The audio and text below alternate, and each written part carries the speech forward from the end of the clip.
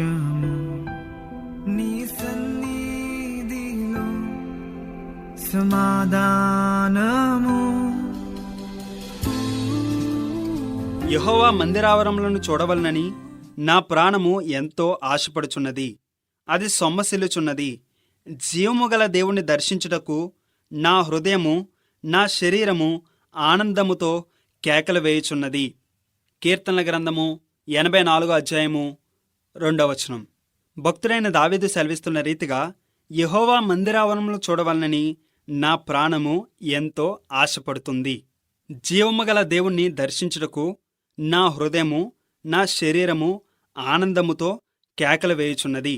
చూడండి, దేవుణ్ణి సేవిస్తున్నటువంటి వారు సంతోషంగా సేవించాలండి.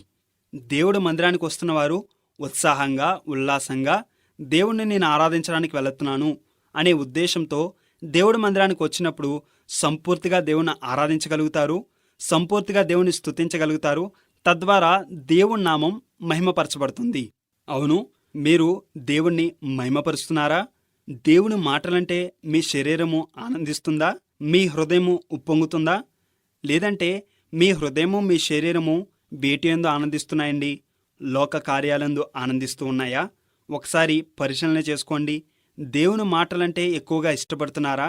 లోక మాటలంటే ఇష్టపడుతున్నారా? ఒకంత పరిశీలనగా మన హృదయాన్ని కాపాడుకోవాల్సినటువంటి అవసరత ఉంది.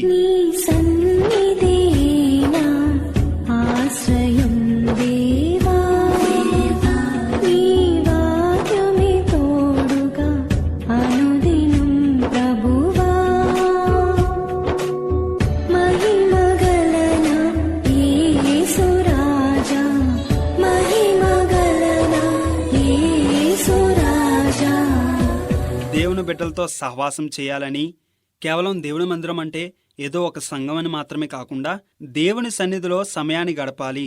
మీరున్న స్థలములోనే, మీరున్న గృహంలోనే దేవునితో సహవాసం కలిగి ఉంటున్నారా? మోకరించి ప్రార్థించి దేవుడి మందిరంలో సమయాన్ని గడపగలుగుతున్నారా?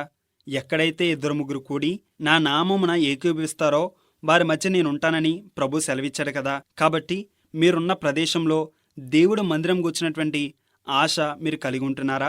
ఇక్కడ భక్తుడైతే దేవుడు మందిరంలో సమయాన్ని గడపాలని నా ప్రాణము ఎంతో ఆశపడుతుంది అని చెప్తున్నట్లుగా చూస్తున్నాం. మరి మీరు కూడా మీ జీవితంలో దేవుని బిడ్డలతో సమయాన్ని గడపాలి, దేవుని సన్నిధిలో సమయాన్ని గడపాలి అన్న ఆశ కలిగి ఉన్నారా? జీవము గల దేవుణ్ణి దర్శించుటకు నా హృదయము నా శరీరము ఆనందముతో కేకలు వేయుచున్నది. చూడండి, మన దేవునికి ఎన్నో పేర్లున్నాయి. అన్నిటిలో శ్రేష్టమైన ఒక పేరేంటో తెలుసా? జీవము గల దేవుడు. అవునండి, మన దేవుడు జీవము కలిగినటువంటి దేవుడు. ఆయన ఎండిన ఎముకలకు సైతం జీవాన్ని ఇవ్వగలగటానికి సమర్థుడు.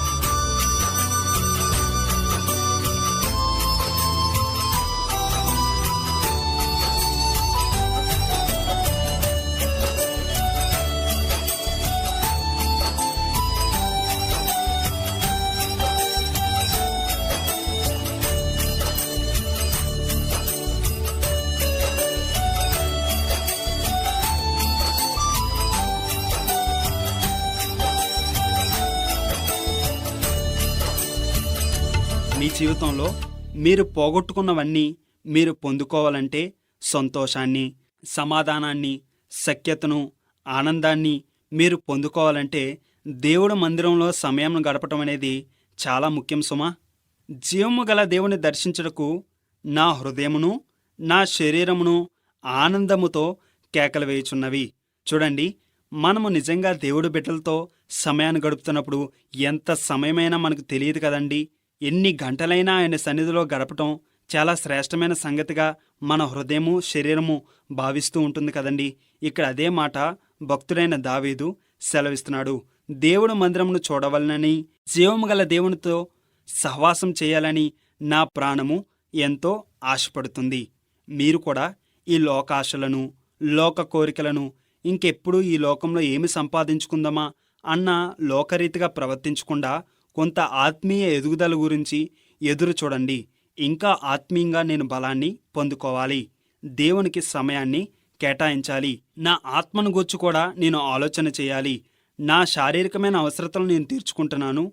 నా శరీరానికి కావలసిన సమస్తాన్ని నేను సమకూర్చుకుంటున్నాను. అలాగే నా ఆత్మకు కావలసినటువంటి ఆత్మీయ ఆహారాన్ని కూడా నేను సంపాదించుకోవాలి అన్న రీతిగా దేవుడి మందిరానికి మీరు వచ్చినప్పుడు, దేవుడి మందిరాన్ని మీరు దర్శించినప్పుడు ఎంతో ఆత్మీయ బలాన్ని పొందుకోగలుగుతారు. ఇతరులకి దీవెనకరంగా, ఆశీర్వాదకరంగా మార్చబడతారు. తద్వారా దేవుడి నామం మహిమపరచబడుతుంది. దేవుడు అటువంటి శ్రేష్టమైన జీవితాన్ని మీకు ప్రసాదించునుగాక. ఆమేన్.